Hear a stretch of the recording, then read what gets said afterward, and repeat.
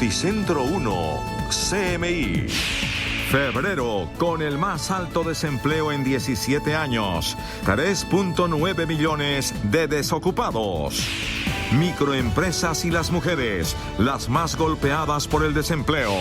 Gobierno propondrá extender subsidios a la nómina en reforma tributaria.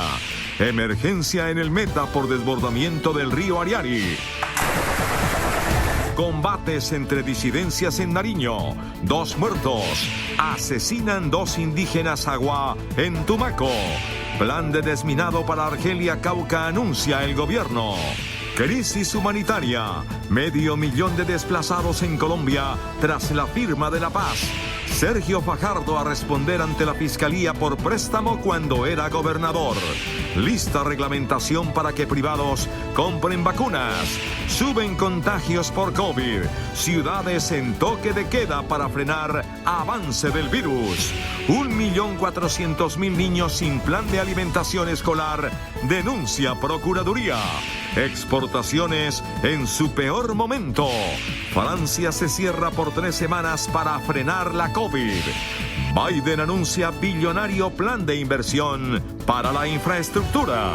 Con Margarita Ortega y Luisa Tobo. Buenas noches. No cede el desempleo en Colombia. Febrero reportó la tasa de desocupación más alta de los últimos 17 años. 3.900.000 personas están sin trabajo.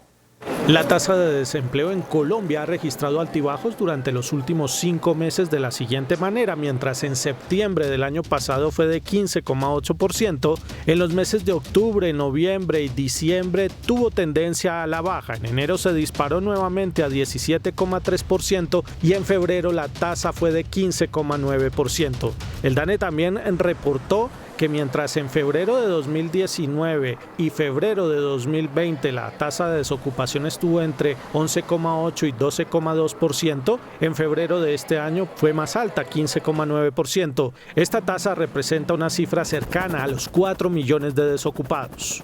3.9 millones de personas desempleadas en febrero del 2021, de las cuales 3.6 millones de ellas correspondían a desempleados cesantes. La mayor cantidad de empleos que se perdió en febrero correspondió a empresas con más de 10 trabajadores, con 633.000 puestos de trabajo menos, mientras que en las empresas con menos de 10 trabajadores se perdieron 556.000 empleos. Buena parte de los desempleados llevan más de 6 meses buscando trabajo.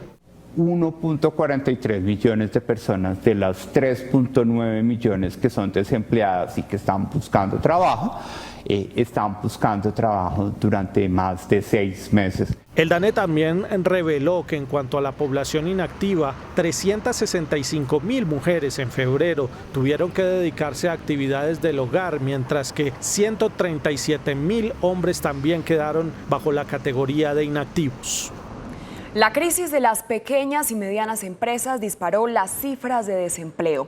Los gremios económicos urgen una extensión de los auxilios a la nómina para mantener puestos de trabajo. Ante la alta tasa de desempleo registrada por el DANE en febrero, los gremios pidieron extender el subsidio a la nómina y no decretar más cuarentenas. De ampliar el subsidio a la nómina se extienda por más tiempo hasta que recuperemos o lleguemos a un nivel apropiado de vacunación, que eso daría algo de certidumbre. Mantener la economía abierta. Tenemos que seguir insistiendo en el cumplimiento de las condiciones sanitarias, pero sin cerrar los establecimientos. Al sector privado le preocupa un eventual aumento del IVA a los alimentos en la reforma tributaria. Que la política pública no derive en un encarecimiento de la comida para los colombianos y mucho menos en el encarecimiento de los costos de producción para los productores que le han cumplido al país. Más de 500,000 de empleos se perdieron en febrero en pequeñas empresas. Por esto, ACOPI pide incluir en los subsidios a las microempresas que generan entre 1 y 2 puestos de trabajo. En Cúcuta la situación laboral es crítica. Allí la cifra de desempleo supera el 22%. Cúcuta a febrero se convirtió en la primera ciudad del país con el mayor número de desempleados, al registrar una tasa del 22.3%. Además mantiene el liderato en informalidad con el 72.9%. Ocupa el segundo lugar en el índice de pobreza monetaria con el 33%. Miles de empresas formales han clausurado sus puertas ante el surgimiento sin control de la ilegalidad. En Cúcuta hay tanta informalidad, las personas pasan de allá de Venezuela y vienen y trabajan aquí por menos de un mínimo. Los jóvenes profesionales en esta región del país son los más afectados. Yo soy desempleado y pues la verdad sí la veo muy difícil conseguir empleo aquí en Cúcuta porque hay muy poca industria, muy poca inversión. Los cucuteños le piden al gobierno nacional una solución estructural donde se combata la ilegalidad y la apertura urgente de la frontera con Venezuela. En contraste, Barranquilla reporta la menor tasa de desempleo con una cifra inferior al 12%. Con 12%, Barranquilla registró la menor tasa de desempleo en el país en el mes de febrero, según el DANE. Esta cifra se logró gracias a la reactivación gradual del comercio tras la crisis que generó la pandemia. Casi 6% por debajo del promedio de las 23 ciudades principales de Colombia. La recuperación económica se ha evidenciado en el crecimiento de personas ocupadas, el cual llegó a 872.000, es decir, 48.000 más que en el mes de enero de este año. Un aumento de casi 50.000 ocupados de enero a febrero que denota una recuperación importante del empleo en Barranquilla. Barranquilla también fue medida en cuanto a la población migrante. Obtuvo un 10% menos de la mitad de otras ciudades como Bogotá y Cúcuta. El ministro de Trabajo, Ángel Custodio Cabrera, exteriorizó su preocupación por la cifra de desempleo y anunció que el gobierno propondrá en la próxima reforma fiscal la extensión del auxilio de la nómina. En la reforma tributaria que se presentará después de Semana Santa ante el Congreso de la República, el gobierno incluirá una extensión del subsidio a la nómina para las empresas. Por lo menos hasta que termine el año 2021, nuevamente para que siga el tema del PAEP, o sea, el subsidio a la nómina, eso tiene que continuar, termina casualmente hoy, pero la idea es que continúe, hay que presentarlo al Congreso de la República. Para el gobierno, el alto desempleo registrado en febrero corresponde a los efectos de las cuarentenas con las que comenzó este año. Esto es fruto del rezago de todas las cuarentenas y cierres que ocurrieron en el mes de enero. El ministro de Trabajo es optimista frente a la dinámica de varios sectores, como el de la construcción. Dijo que el despegue de proyectos de infraestructura en marzo ayudará a frenar el desempleo. Hay emergencia en el municipio de El Dorado, en el Meta, por las inundaciones provocadas por el desbordamiento del río Ariari. Las lluvias frecuentes que caen sobre el río Ariari en el departamento del Meta provocaron su desbordamiento en el municipio del Dorado Meta. En la maquinaria o cualquier cosa para canalizar el río. Las aguas han inundado 4 veredas, arrasando con viviendas, cultivos de plátano, de yuca, cacao y pastizales para el ganado. Necesitamos la colaboración del alcalde y las autoridades municipales para que por favor nos traigan ayudas humanitarias. Los organismos de socorro reportan más de 200 personas damnificadas, algunas de las cuales han tenido que ser evacuadas. Con la Dirección Departamental de Gestión del Riesgo, quienes ya están llegando al sitio para poder evaluar la situación para las posibles ayudas humanitarias. Las autoridades le piden a las personas que viven en la ribera del río Ariari estar alertas ante posibles nuevas crecientes, puesto que en la zona seguirá lloviendo. En el Charco Nariño se reportan fuertes combates entre disidencias de la guerrilla que dejan 2 muertos. Los combates entre disidencias de las FARC son constantes en la costa pacífica del departamento de Nariño. En el municipio del Charco reportaron la muerte de 2 hombres armados. En medio está la población civil, más de 1000 personas se han desplazado por temor a esta confrontación. Hoy el asesinato de líderes y los fenómenos de desplazamiento forzado que está viviendo hoy la costa pacífica agudizan una crisis social humanitaria y que requiere la atención inmediata. Hacemos este llamado de manera vehemente para que todos estemos en esta parte solidarios con nuestros líderes sociales y líderes comunitarios. Esta tarde llegaron tropas de las Fuerzas Especiales del Ejército para tratar de retomar el orden. También en Nariño se reporta el asesinato del exgobernador de la comunidad Aguá, José Santos López, junto con otro integrante de ese grupo indígena.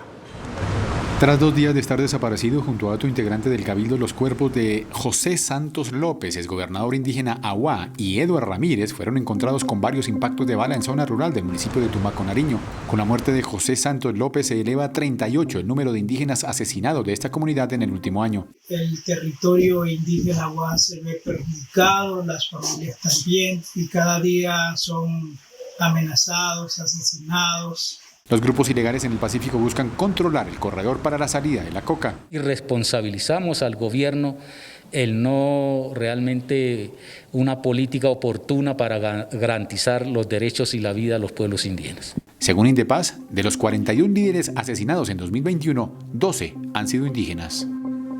En el Valle del Cauca, las autoridades buscan a los responsables del asesinato del subcomandante de la policía en el municipio del Cairo, quien perdió la vida en medio de un asalto. El subintendente José Ronald Torres era desde hace un año el subcomandante de la policía en el municipio de El Cairo, norte del Valle, y fue asesinado mientras intentaba evitar el asalto a una entidad bancaria. Nuestro policía fue notificado de un hurto a una entidad bancaria en este municipio, donde sin dudarlo salió a atender este llamado de la comunidad. Se encontró con los delincuentes, forcejeó con ellos y uno, de manera vil, lo asesina, impactándolo varias veces con arma de fuego por la espalda. La alcaldía del municipio ofreció 50 millones de pesos de recompensa para ubicar rápidamente los autores de asesinar al uniformado que completaba 15 años de servicio en la institución. Desde Argelia, Cauca, el ministro de Defensa, Diego Molano, anunció un plan de desminado para garantizar el regreso de los habitantes del corregimiento del Plateado, desplazados por acciones violentas del ELN y la disidencia de las FARC.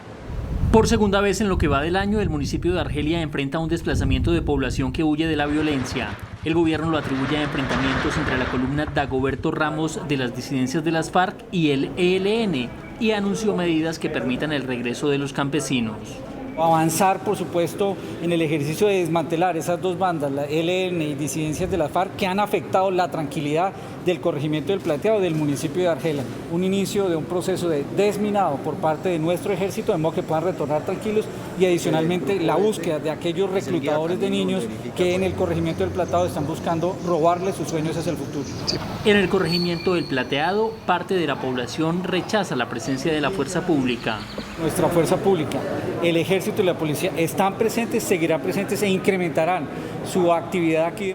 El ministro también anunció acciones militares en Caloto y Corinto, donde la semana pasada fue detonado un carro bomba. Y es que Colombia vive una crisis humanitaria tras la firma del Acuerdo de Paz.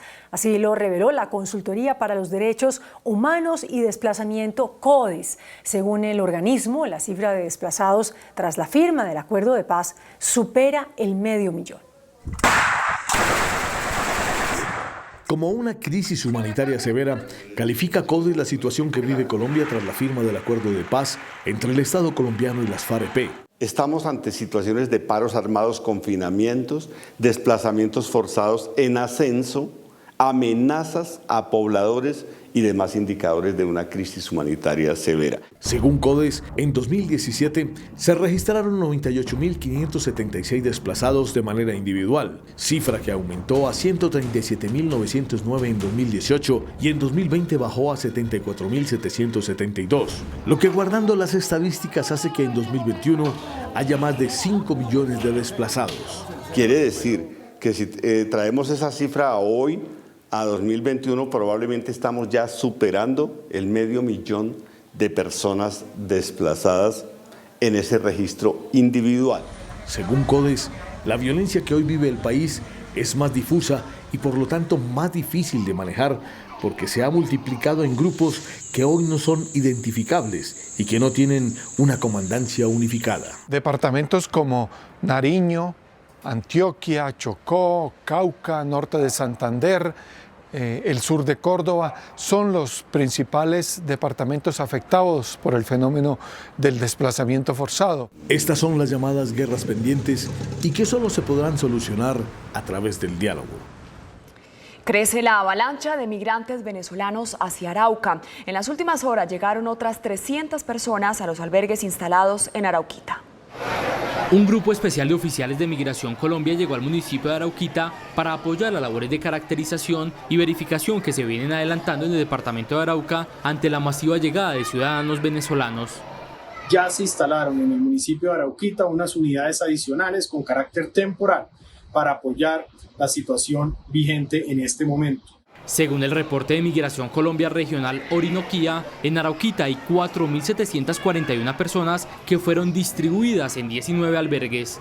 Más de 1.400 familias escapando de un accionar terrorista que se da entre grupos al margen de la ley y las autoridades venezolanas. Estamos hablando más o menos de unas 5 a 6.000 personas que se trasladaron hasta Arauquita y por toda la frontera se trasladaron hacia Colombia. De estas personas que permanecen en estos albergues, un poco más de 1.700 son menores de edad y más de 2.200 son adultos mayores. El presidente de la Justicia Especial para la Paz, Eduardo Cifuentes, aseguró que el informe de derechos humanos entregado por el Departamento de Estado demuestra que la paz de Colombia es una prioridad para el presidente Joe Biden. El presidente de la JEP destacó el apoyo expresado a ese tribunal por el gobierno de Estados Unidos en su informe sobre derechos humanos. Ratifica que para el gobierno del presidente Biden el cumplimiento y la efectividad del proceso de paz en Colombia hace parte de la agenda y ocupa un lugar principal en la agenda de Estados Unidos y de Colombia. Considera que ese respaldo también es un mensaje para quienes están en contra de la JEP en Colombia. Oigan, los políticos de Colombia, lo que está señalando precisamente este primer informe del gobierno de Biden, y para el efecto evidentemente resulta indispensable que luchemos contra la impunidad. Esto va más allá de la política coyuntural. El mismo informe advierte sobre la situación crítica que viven comunidades en zonas de violencia. Se ha suscrito un acuerdo de paz. No podemos permitir de ninguna manera el asesinato de los excombatientes de las FARC, el asesinato de lideresas y de líderes sociales. Según el magistrado Cifuentes, la situación de violencia en las regiones afecta el trabajo de la JEP. Mientras tanto, organizaciones no gubernamentales pidieron al gobierno y a la Fiscalía General que respondan el informe del Departamento de Estado que pide explicaciones sobre las investigaciones que se adelantan contra 14 generales de Colombia acusados de violaciones de los derechos humanos. El director del Instituto de Estudios para el Desarrollo y la Paz, Camilo González, aseguró que el duro informe de Estados Unidos centra su atención en reclamar nuevamente información sobre los 14 generales que estarían involucrados en violaciones de los derechos humanos en Colombia y que, según él, están ocultando tanto el gobierno como la Fiscalía. Y de esos 14 generales de que habla el informe, sería muy bueno que eso se aclarara, que el gobierno y la Fiscalía publicara la lista de cuáles son esos generales y cuál es el estado de las investigaciones. La senadora Aida Bella, presidenta de la Unión Patriótica, asegura que el informe del Departamento de Estado demuestra que el gobierno Duque no tiene política de defensa de los derechos humanos. Es que no hay. Está absolutamente borrada la Oficina de los Derechos Humanos de la Presidencia de la República. ¿Cuándo ven ustedes que ahora hay pronunciamientos con realmente la violación o algunas cosas que pasan en el país, no? Los dos analistas advierten que cuando el Departamento de Estado respalda a la Justicia Especial para la Paz, le está enviando un mensaje de atención a quienes quieren desconocer la JEP. En el lenguaje que es propio pues, de la diplomacia, le está diciendo al Estado colombiano que también la administración Biden y el Departamento de Estado de los Estados Unidos están pendientes de la implementación de los acuerdos de paz en Colombia. Tantas cosas que han hecho para desvertebrar una entidad que da a conocer verdades de las unas y de los otros, verdades incómodas para quienes fueron gobernantes. Los funcionarios del gobierno encargados de los asuntos de los derechos humanos guardaron silencio frente al duro informe del Departamento de Estado. En cumplimiento de una orden de la Justicia Especial para la Paz, el gobierno promulgó un plan estratégico para la seguridad y protección de los excombatientes de las FARC. Esto lo reveló el consejero presidencial Emilio Archila. Según la orden de la Justicia Especial para la Paz, la coordinación de la seguridad y protección de los 13.215 excombatientes de las FARC debe hacerla la Consejería para la Estabilización y Normalización. Por eso su titular, Emilio Archila, anunció hoy un plan estratégico que centralizará todas las medidas y acciones de garantías para los antiguos guerrilleros. Ahí se recogen todas las actividades dentro de las competencias que le corresponden a todas esas entidades. Están los ministerios, están las fuerzas públicas, está la Defensoría del Pueblo, está obviamente la Fiscalía General de la Nación. Son 8 pilares. Con ello superamos con creces lo que estaba previsto en los acuerdos. El consejero Archila afirmó que el objetivo es llegar a 0 ataques, a 0 homicidios contra los excombatientes de las FARC. La Fiscalía formulará cargos al exgobernador de Antioquia, Sergio Fajardo, por la suscripción presuntamente irregular de un préstamo en dólares con Corbanca. Fajardo dijo que pedirá a la Fiscalía una revisión de la determinación. Un préstamo de 77 millones de dólares con Corbanca tiene en líos al exgobernador y excandidato presidencial Sergio Fajardo. La Fiscalía asegura que se presentaron irregularidades en la transacción, dado que no se hizo un análisis sobre la variación del valor del dólar. No se habría realizado un estudio sobre la necesidad de suscribir un contrato de empréstito en moneda extranjera.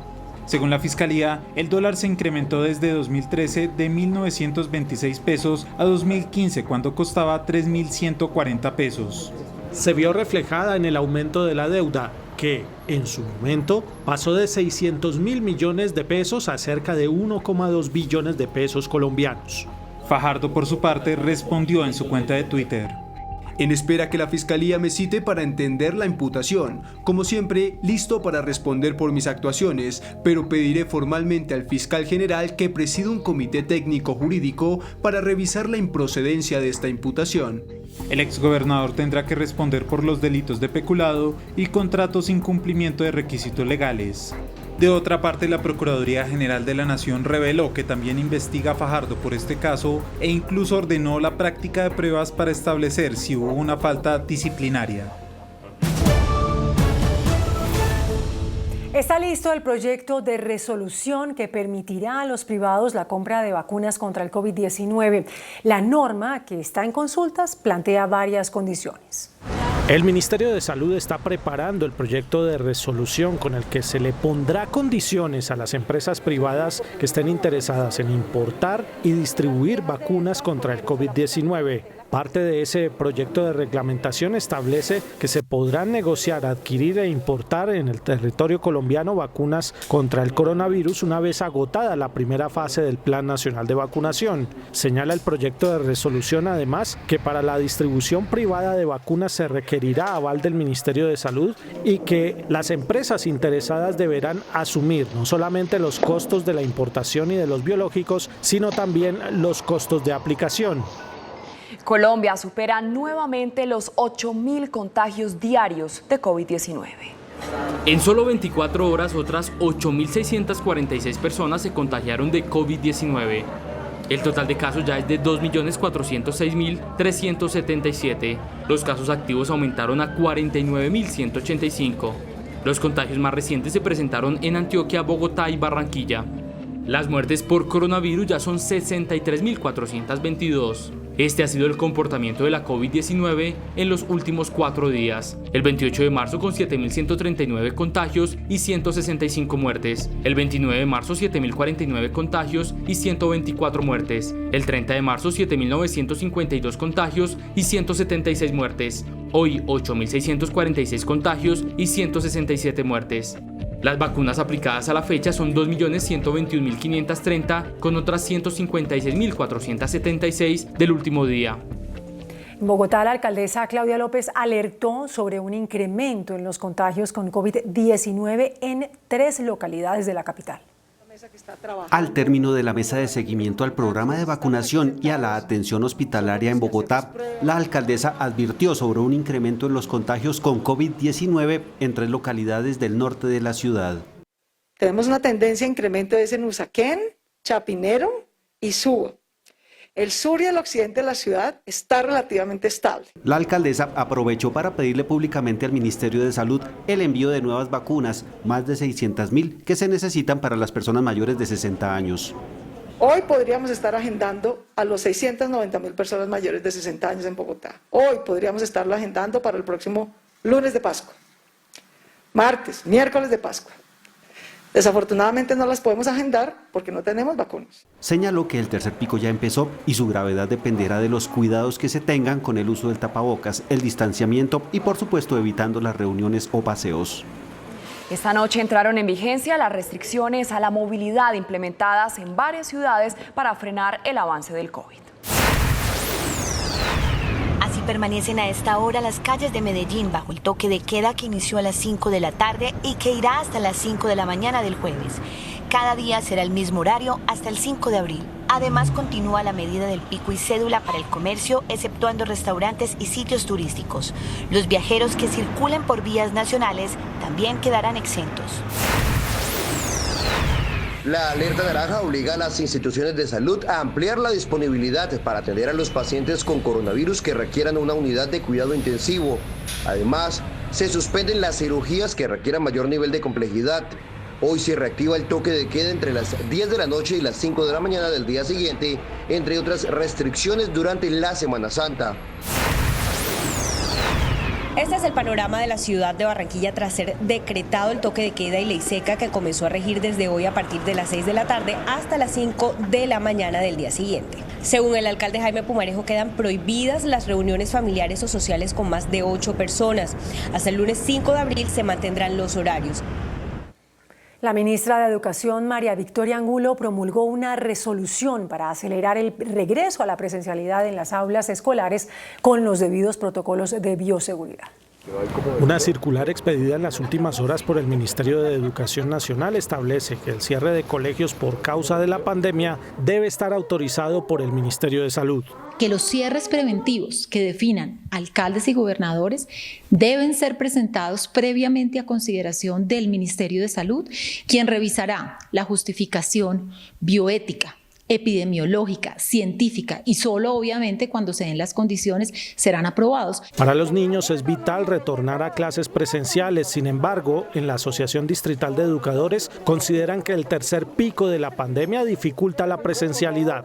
Del aumento del número de contagios, del aumento del número de muertes, no puede llevarnos al regreso a clases de manera presencial. Hasta el momento tan solo 1 millón de estudiantes han regresado en alternancia a los colegios, de un total de matriculados cercano a los 10 millones.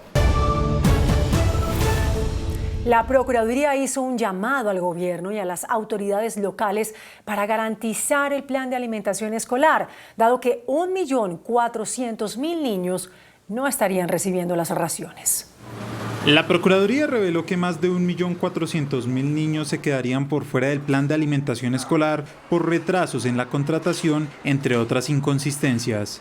Ponen en riesgo la alimentación de más de 1.4 millones de estudiantes en el país. La Procuraduría General de la Nación reactivó el Comité CEPAE, que trabajará articuladamente acciones preventivas, disciplinarias y de intervención para garantizar los derechos a la educación y alimentación equilibrada.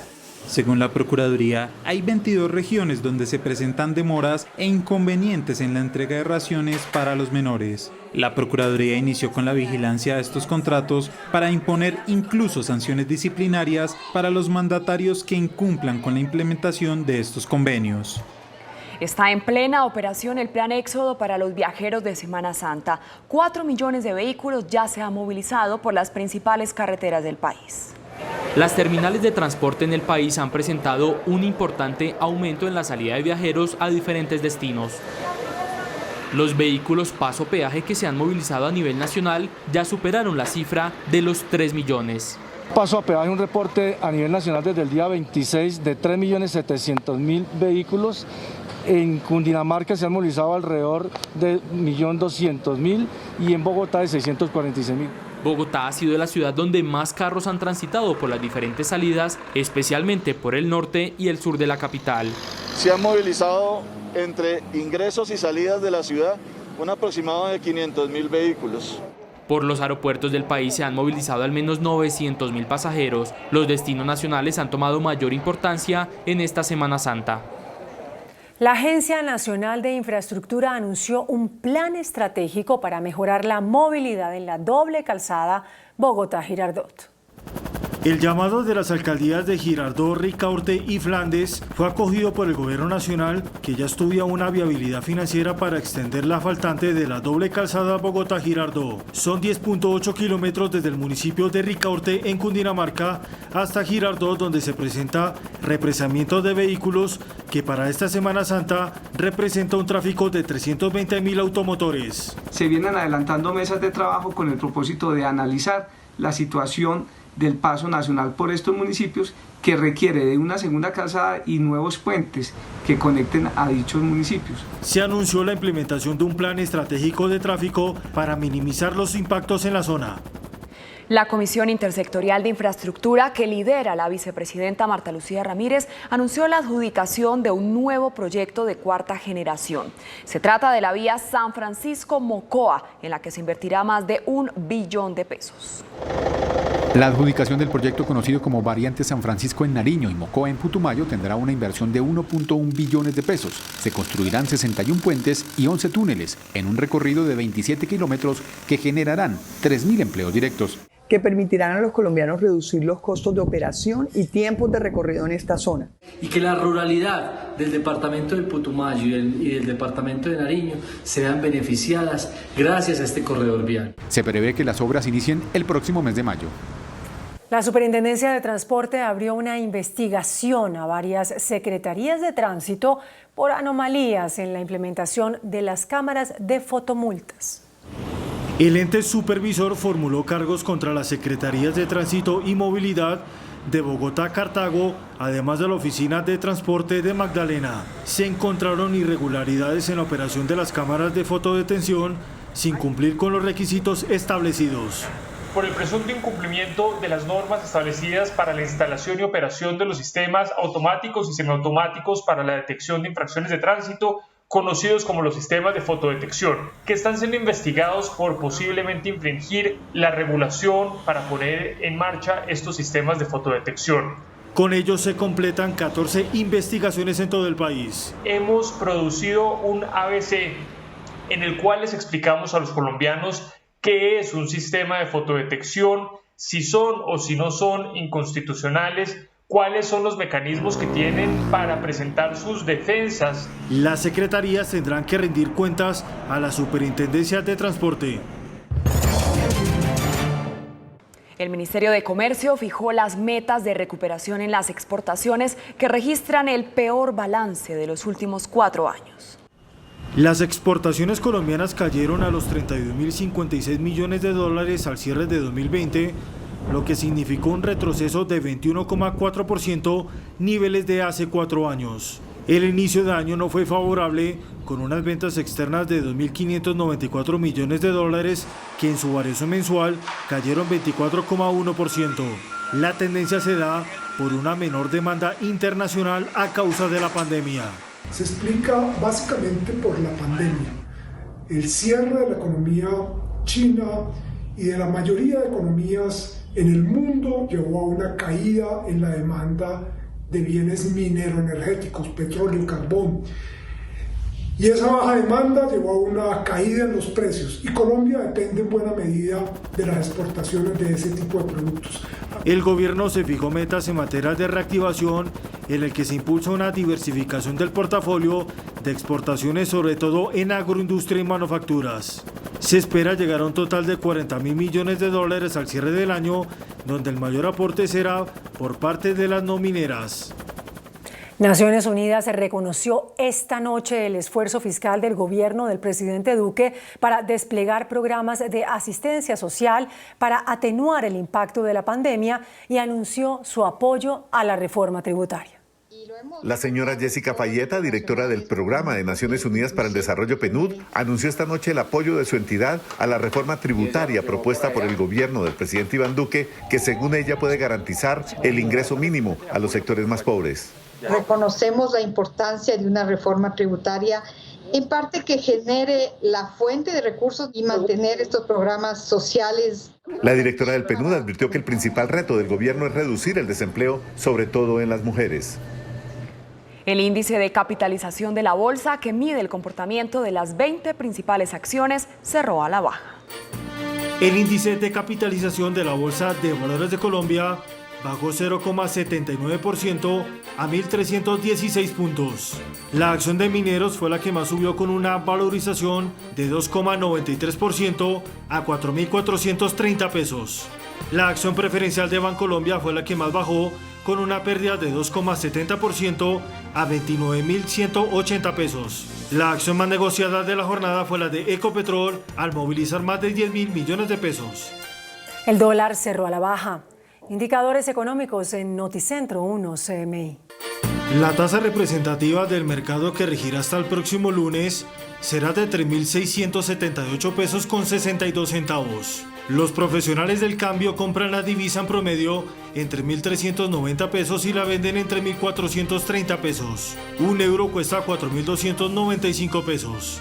La libra de café en Nueva York se cotizó a $1.23 centavos. El azúcar se transó en 14,74 centavos de dólar la libra. El barril de petróleo WTI se cotizó en $59.45 centavos. La referencia Brent para Colombia se cotizó en $63.07 centavos. Una acción de Ecopetrol cuesta 2.366 pesos. Ecopetrol anunció un ambicioso plan para lograr cero emisiones antes del año 2050. Ecopetrol es una empresa comprometida por Colombia.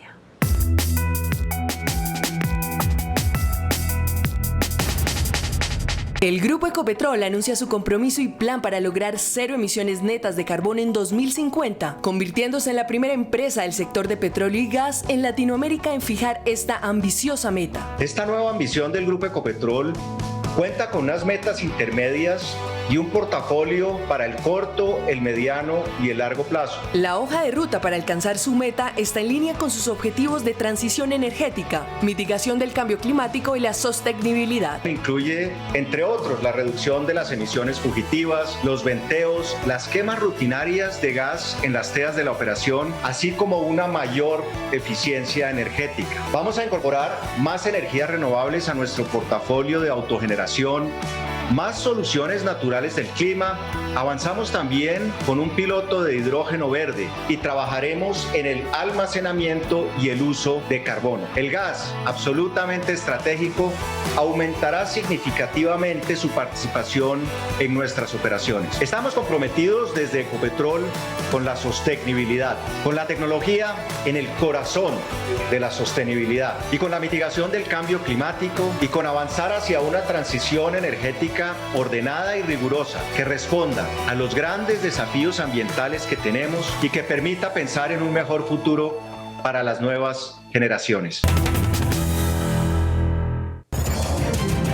Francia ordenó un nuevo confinamiento general por 4 semanas debido al aumento de casos de coronavirus.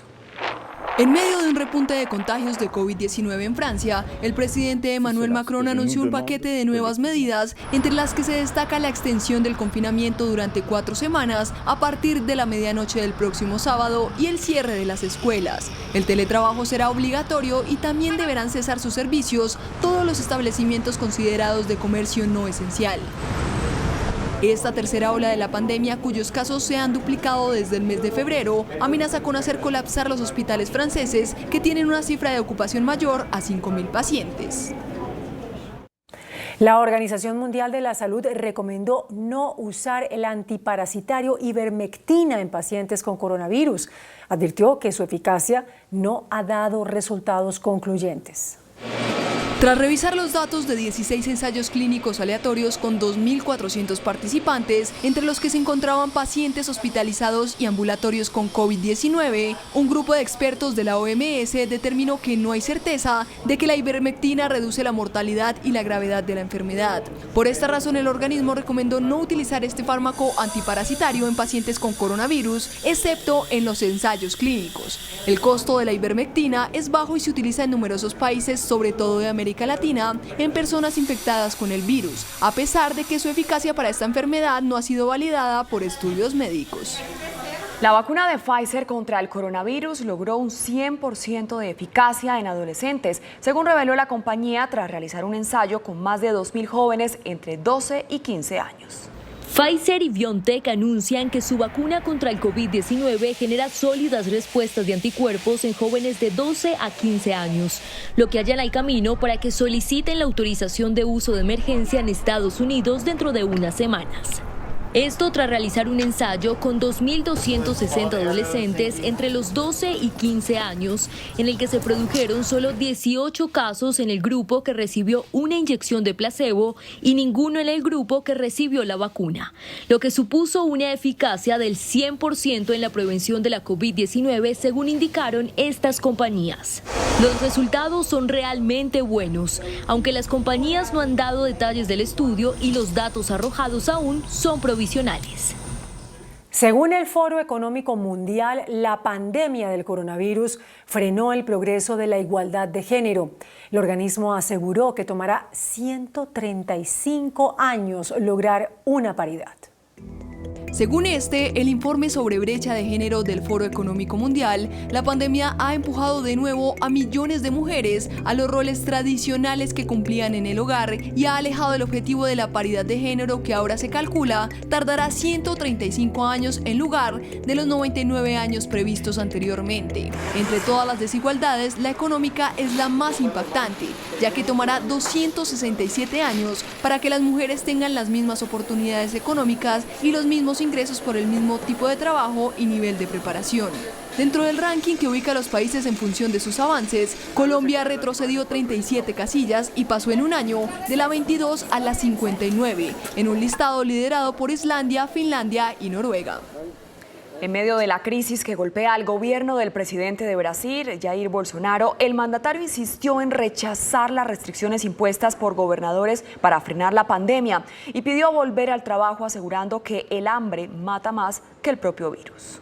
Pese a que Brasil nuevamente registró un récord diario de 3.869 muertos, el presidente Jair Bolsonaro volvió a subestimar la crisis y aseguró que el país tiene problemas más graves como el desempleo. Qualquer pode contrair o vírus, qualquer pode ter sua situação de saúde complicada, mas a fome mata muito mais do que o próprio vírus. El ultraderechista pidió levantar las restricciones justo cuando su recién anunciado ministro de Defensa, el general Walter Braga Neto, dijo que el golpe de 1964, que dio inicio a la dictadura militar, debe ser comprendido y celebrado. La celebración del Domingo de Ramos en Honduras desató polémicas luego de que un sacerdote le quitó el tapabocas a una de sus feligreses cuando iban a empezar una procesión, asegurando que es una babosada. Pese a que la Iglesia Católica recomendó que durante esta Semana Santa se debe privilegiar la transmisión virtual de los diferentes eventos religiosos que se realicen, en Honduras el sacerdote Rolando Peña se encuentra en el ojo del huracán al hacer que varios de sus feligreses se quitaran el tapabocas cuando iban a empezar una procesión. Mire, yo miro toda esta babosada, ¿ve? Mire, mierda, ¿ve? Descubrámonos, vaya.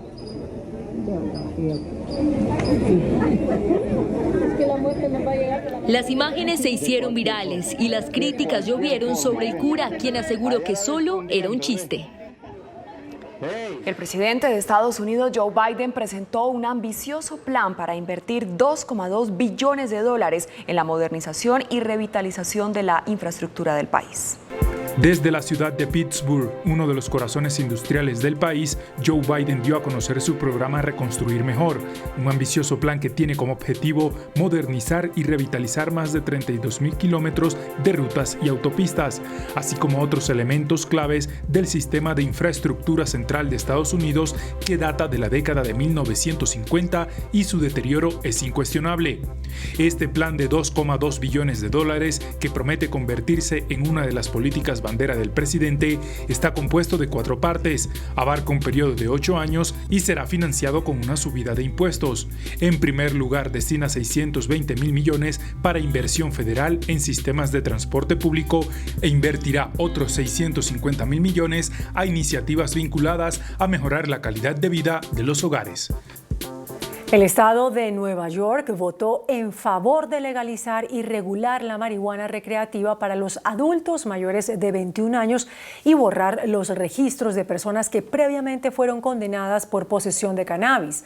El gobernador Andrew Cuomo aseguró que firmará la ley del cannabis, que podrá generar más de 350 millones de dólares en impuestos. La Asamblea del Estado de Nueva York aprobó por 100 votos a favor frente a 49 en contra una iniciativa que legaliza el uso recreativo de la marihuana para mayores de 21 años. Establece garantías de seguridad para su consumo y busca potenciar este mercado en crecimiento para impulsar la economía. De hecho, el respaldo a la ley del cannabis se debe a que es una industria que podría generar 350 millones de dólares en impuestos anuales y crearía hasta 60,000 puestos de trabajo. También borrará los registros de personas que previamente fueron condenadas por posesión de cannabis. Nueva York se suma así a otros 14 estados que legalizaron el consumo recreativo de la marihuana y ahora el proyecto pasa a la inminente firma del gobernador Andrew Cuomo. Italia expulsó a 2 funcionarios de Rusia tras detener a un militar italiano cuando intentaba vender información secreta de la OTAN a un oficial ruso. Dinero a cambio de secretos de Estado son los factores que desataron el último incidente diplomático entre Italia y Rusia, que recuerda las mejores historias de espías de los tiempos de la Guerra Fría.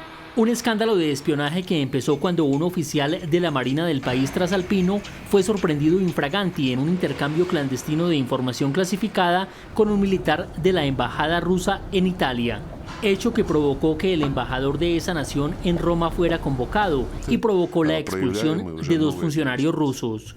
El incidente es sorpresivo dado que Italia es uno de los países de Occidente con las relaciones más cálidas con Rusia. De hecho, su ex primer ministro Silvio Berlusconi es amigo personal del presidente Vladimir Putin.